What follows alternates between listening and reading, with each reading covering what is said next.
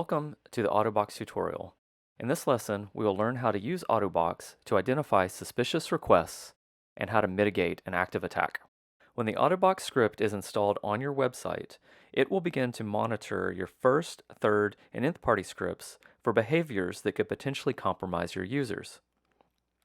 In this case, Autobox reported the script by Braintree as concerning since it will read user inputs, modify the web page, and can make third-party requests.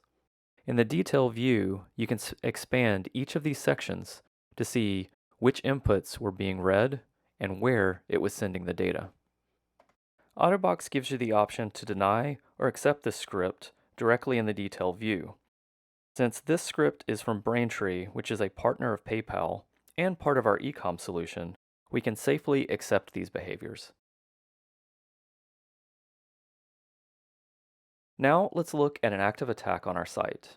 Notice in the DevTools that as I enter my credentials, the site is sending multiple requests to what appears to be font files.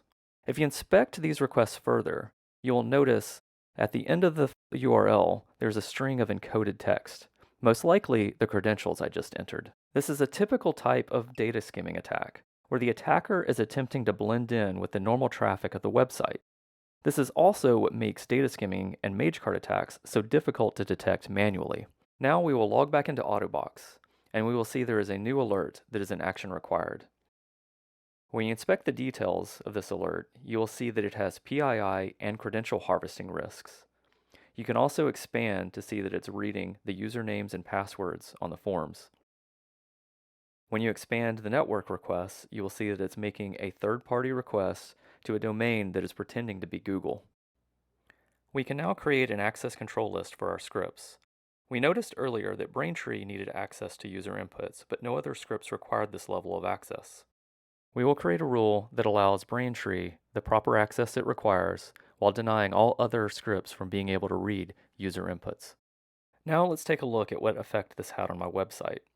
Once again, I'll enter my credentials, and the malicious script will attempt to capture my data. If we look at the encoded payloads that get sent back to the fake font requests, you'll notice the payloads are drastically shorter. I can take one of these payloads and decode it. Here you can see that the malicious script attempted to read my credentials, but the ACL we created prevented the access.